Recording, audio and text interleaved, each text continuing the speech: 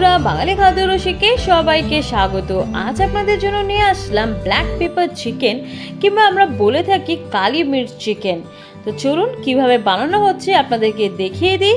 এই রেসিপিটা আপনারা কিন্তু যে কোনো রুটির সাথে, পরোটার সাথে অথবা পোলাও বা জিরা রাইসের সাথে খেতে পারবেন। তো ফুল ভিডিওটা কিন্তু স্কিপ করলে চলবে না, ফুল ভিডিওটা দেখে ফেলুন। ব্ল্যাক পেপার চিকেন বানাতে গেলে প্রথমে আমি এখানে নিয়েছি 250 গ্রামের মতন টক দই, আর এখানে আমি 800 গ্রাম চিকেন ব্যবহার করছি। টক দইটা আমি আগে থেকে ফাটিয়ে রেখেছিলাম।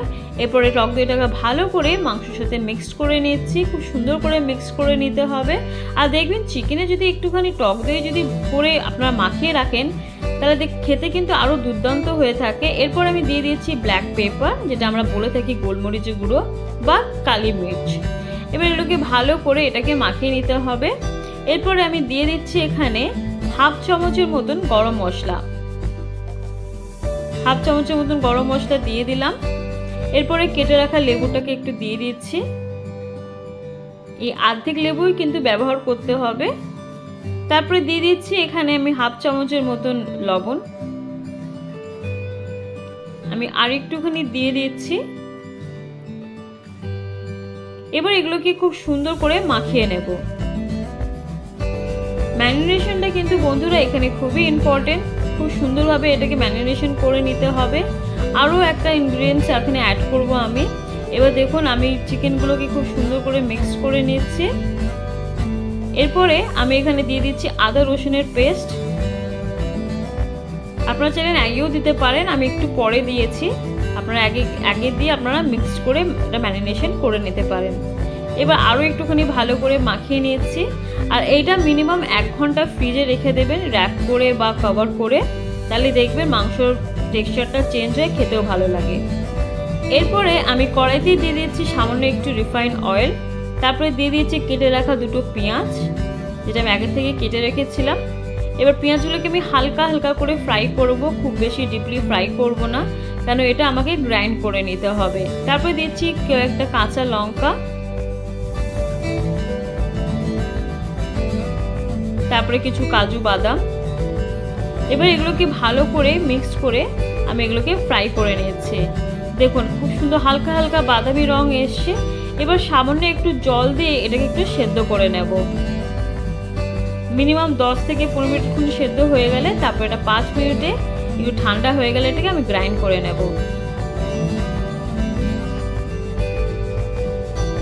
দেখুন ঢাকনাটা খুলে আপনাদেরকে দেখাচ্ছি, মোটামুটি ভালোভাবে সেদ্ধ হয়ে গেছে। এবার এটাকে আমি ঠান্ডা করার জন্য 5 মিনিটটা রেখে দিচ্ছি। 5 মিনিট বাদে দেখুন আমি এটাকে এবার গ্রাইন্ড করে নেব, খুব সুন্দর একটা পেস্ট তৈরি করে নেব, দেখতে খুব সুন্দর লাগে। দেখুন পেস্টটা আপনাদেরকে খুলে দেখাচ্ছি কত সুন্দর হয়েছে। কড়াইতে আবার একটু রিফাইন অয়েল দিয়ে দিচ্ছি।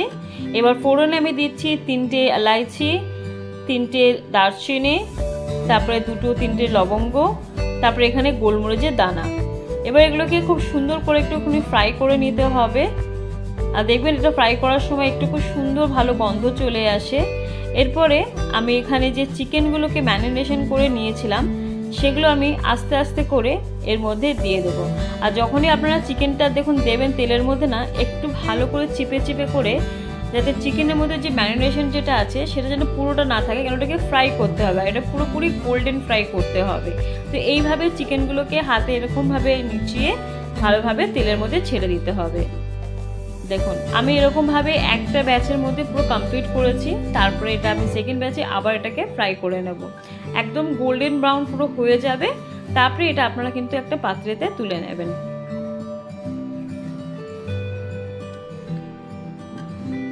দেখুন এইভাবে কিন্তু হালকা করে একটুখানি ফ্রাই হয়ে গেছে। দেখুন বন্ধুরা এখানে আমার গোল্ডেন পুরো ব্রাউন হয়ে গেছে, চিকেনটা খুব সুন্দর হয়ে গেছে। এইভাবে কিন্তু গোল্ডেন ব্রাউন করার পরেই তারপরে আপনারা এটা পাত্রেতে তুলে নেবেন। এখানে দেখুন বন্ধুরা আমি কড়াইয়ের মধ্যে দিয়ে দিচ্ছি রিফাইন অয়েল। এবার ফোড়নে দিয়ে দিচ্ছি 3টে এলাইচি, দারচিনি, 2-3টে লবঙ্গ, তারপরে দিয়ে দিচ্ছি এখানে গোলমরিচের দানা। এবার এগুলোকে খুব 2 থেকে 3 মিনিট একটুখানি ভালো করে ফ্রাই করে নিতে হবে। আর দেখবেন এগুলো ফ্রাই করার পরে খুব সুন্দর একটা গন্ধ থাকে। এরপরে যে পেস্টটা আমি তৈরি করেছিলাম পেঁয়াজ, কাজু বাদাম আর কাঁচা লঙ্কা, সেটা এর মধ্যে দিয়ে দিয়েছি। এগুলোকে খুব সুন্দরভাবে একটুখানি কষাতে হবে, 2 থেকে 3 মিনিট একে খুব সুন্দর করে একটা কষাতে হবে। দেখবেন আস্তে আস্তে এটা কালারটা চেঞ্জ হয়ে যাবে, প্লাস দেখবেন তেলটাও খুব সুন্দরভাবে ছেড়ে যাবে। এরপরে যে ভাজা যে চিকেনটা আছে এবার আস্তে আস্তে এর মধ্যে আমি দিয়ে দেব।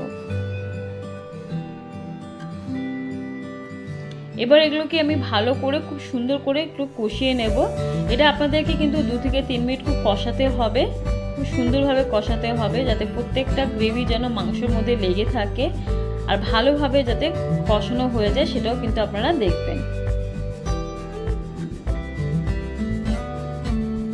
দেখুন এটা খেতে কিন্তু সত্যি করে বন্ধুরা খুব সুন্দর হয়ে থাকে। আর ব্ল্যাক পেপার চিকেন গোলমরিচের যে একটা সুন্দর ফ্লেভার থাকে সেটা কিন্তু পুরোপুরি চিকেনে পুরো এত সুন্দরভাবে চলে আসে, যেটা গন্ধতেই মনে হয় মাঝে মাঝে খেতে খুব ইচ্ছা করে।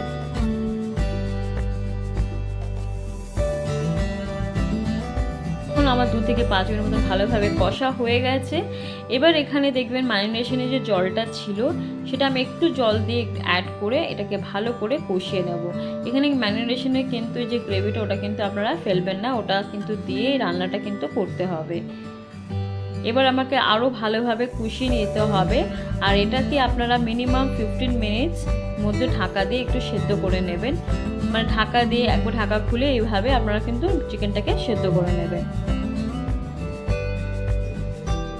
দেখুন এখানে আমার মোটামুটি কষানো হয়ে গেছে। এবার এটাকে আমি ঢাকা দিয়ে দেবো।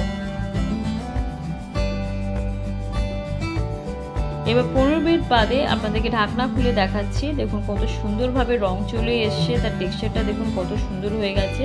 এর মধ্যে দিয়ে দিচ্ছি আমি সামান্য একটু নুন, তারপরে কাঁচা লঙ্কা 4টে, তারপর উপর দিয়ে ছড়িয়ে দিচ্ছি গোলমরিচের গুঁড়ো, তারপর দিয়ে ছড়িয়ে দিচ্ছি একটু ধনেপাতা। যদি আপনাদের রেসিপিটা ভালো লেগে থাকে অতি অবশ্যই একটা লাইক, শেয়ার, সাবস্ক্রাইব করতে একদম ভুলবেন না। আর কমেন্টসে আমাকে কিন্তু জানাবেন যে আপনাদের এই রেসিপিটা কেমন লেগেছে। আশা করি বন্ধুরা দেখা হবে আপনাদের সাথে আর একটা নতুন রেসিপি নিয়ে। Till then bye, thanks for watching Bangla Khadya রসিক।